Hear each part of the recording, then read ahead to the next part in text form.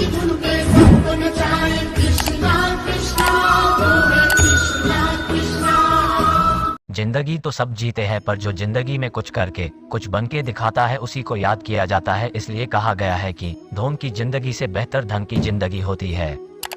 दूसरों की बुराई पर तो हर किसी की नजर पड़ जाती है, पर जो किसी का अवगुण देखने के बजाय उसका गुण देखता है उसे ही अच्छा इंसान कहते हैं।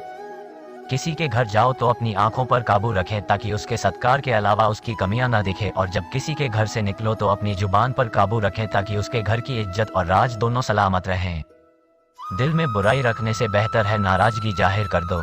अगर आप चाहते हैं कि लोग आपका मान सम्मान करें तो पहले औरों का मान रखना सीखें। बोलने अगर कोई आपकी बुराई करे तो परेशान न हो। असल में उन लोगों के पास आपको महत्व देने का कोई और तरीका नहीं होता है। वो कहते हैं न कि भौंकने वाला कुत्ता काटता नहीं है, इसीलिए उन लोगों से मत डरिए जो बहस करते हैं, पर उनसे जरूर डरे जो छल करते हैं। ये दो बातें अपने अंदर पैदा कर लें, एक चुप रहना, दूसरा माफ करना, क्योंकि चुप रहने से बेहतर कोई जवाब नहीं होता और माफ करने से बेहतर कोई सजा नहीं होती। से पहले सुनना सीखो।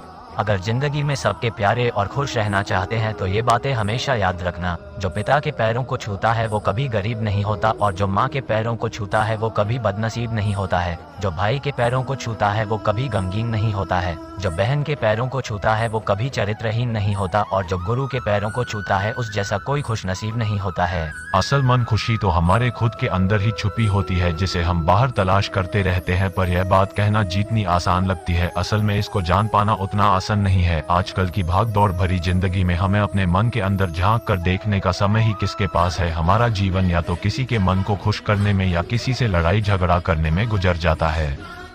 कोई अपनी मंजिल को पाना चाहता है और उसे पाकर भी मन खुश नहीं है, तो कोई अपनी मंजिल पर ना पहुंचकर दुखी है।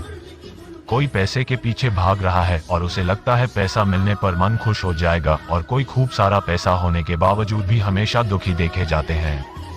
कोई प्यार के लिए परेशान है और कोई प्यार से परेशान है। जिसकी शादी हो गई वह भी दुखी है, जिसकी शादी नहीं हो रही वह भी दुखी है। तो ऐसा क्या हिया हमें असली खुशी दे जिसे पाकर हम फिर से दुखी ना हो। तो ये बात आपको जानना जरूरी है कि आप कैसे अपने मन को दुखी होने से बचा सकते हैं। ऐसा क्या करें जिससे आप अपने मन को कैसे खुश रखें। आपकी अपनी जिंदगी में होने वाली घटनाओं को इतनी ज्यादा है अहमियत मत दे, क्योंकि जो बात आपको आज बड़ी लग रही है वो कल आपको छोटी लगेगी। आपको शायद याद भी नहीं होगा कि बचपन में जो बातें आपके लिए बहुत अहमियत रखती थी आज वो आपको याद तक नहीं। कुछ ऐसी बातें जिसे आप कुछ समय पहले बहुत अहमियत देते थे आज वह आपको याद भी नहीं है।